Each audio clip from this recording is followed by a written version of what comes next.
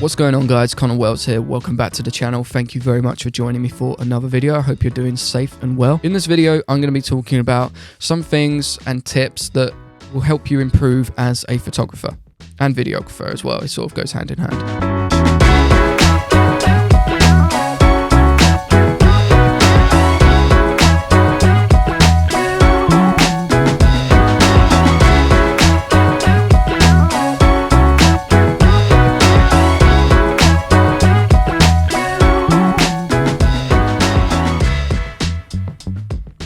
Now, these little tips are very simple. There's still things that I used during my time in the field and shooting.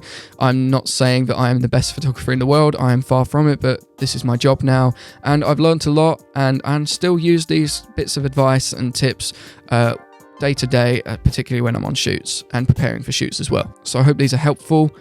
Let's get into them. When you first start your photography journey and videography journey as well, it's very, very easy to get caught up and excited and pressured into buying expensive camera gear. Don't get pressured into buying expensive camera gear. Just focus on learning the craft rather than acquiring expensive gear. It's very easy to fall into that pitfall. If you don't have a camera, just focus on your smartphone. Most cameras now can shoot RAW, which is great. Always shoot RAW. You just get a lot more information when it comes to editing, and you can manipulate the image in different ways rather than if you had your shot in JPEG. So always shoot RAW as well. But just start on your phone. If you go into your phone settings and tick the option that says grid, when you do, you'll find 2 parallel horizontal lines and 2 vertical lines, and try and shoot your subject on the 2 parallel lines going down. It just makes for a little bit more of a natural shot. It just looks a little bit better compositional wise. This simple technique will enable you to capture more intriguing photos. And again, that can all be done on your phone. My second bit of advice and tips is shoot during golden hour. Lots of people laugh when I say golden hour because it sounds like something else, but shoot during golden hour. A photographer's worst nightmare is getting asked to do a shoot, whether it's photos or videos, in the middle of the day, between sort of 12 and 2. The sun is at its highest, the sun is brightest, and the light is going to be very, very harsh and not very flattering for your subject. If you shoot during golden hour, which is early in the morning when the sun is just starting to rise, and in the evening or afternoon when the sun is just starting to set, the sun is just going low. It's not as harsh or as bright as it is during the middle of the day, and you can get really, really experimental with the beams of light, when they're coming through like branches and trees and buildings. And maybe if you have a model, it's great to shoot during golden hour for that as well, because the light is going to be a lot more flattering for your subject. Take this photo that I captured, for example.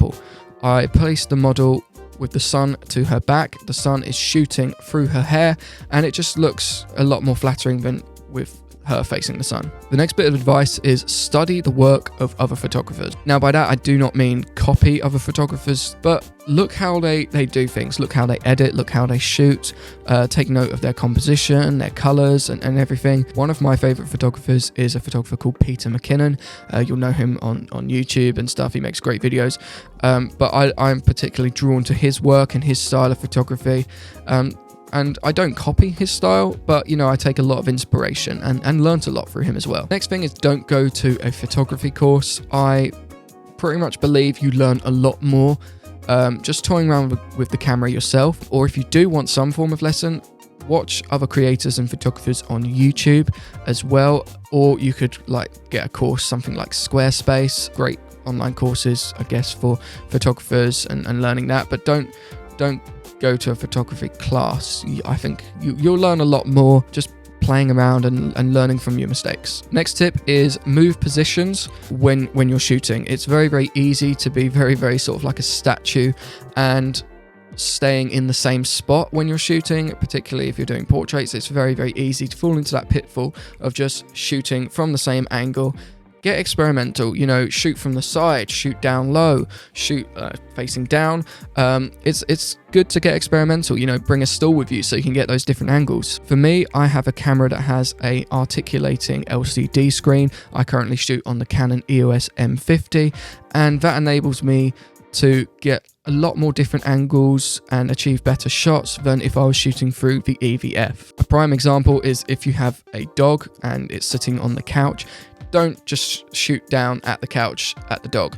Maybe get on your knees, go low, shoot, eye level with the dog, get experimental. The next tip is don't be quick to delete the photos you may not like right now.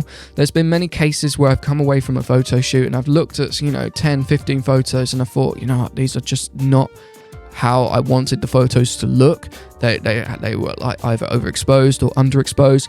Take your time and sit on them. Obviously, if you've got deadlines, you've got to have a little bit of hastiness towards that. But take your time and sit on the photos for a while, because again, there's been many times where I've gone back to the photos, re-edited them, a few weeks or months down the line, where I've learned new techniques, new styles, and ways to overcome problems. As you learn and grow and master photography and become a lot more fluent in it, it'll be a lot easier to overcome hurdles, particularly when it comes to photos that you may not be too keen on coming away from a shoot. My last bit of advice is collaborate with other photographers in your area. I'm sure if you look on Facebook groups and Instagram pages, check out locations around where you are, and if there's a professional photographer that's taken one, get messaging, get into DMs, ask to collaborate, go on a shoot together one time. I've met so many people and creatives just through like Facebook groups and Instagram who are local to me, other YouTubers like Ben, who's a regular on the channel. We met over like Instagram and YouTube, and we both share a passion for photography. So yeah, network with other photographers in your area. It's good to collaborate, really. It's great to collaborate. You learn a lot, you get more experience as well. If there are other photographers in your area and you're not too confident to be taking bookings and going on photography shoots, portrait shoots by yourself, maybe ask a established and experienced photographer if they need a hand, if they need someone else on the shoot, maybe someone to do the lighting. It's all good experience. That's how I started. So take this advice and it will help you on your photography journey. Let me know in the comments any other photography tips that you may have or you've learned and you want to share with me and other photographers and videographers in the comments below. That would be really, really cool to get this conversation going. I hope you found this video sort of useful and insightful, and hope it helps your photography journey. Thank you very much for watching. I'd appreciate it if you liked, shared, comment and subscribed, and I'll see you guys very soon. Peace.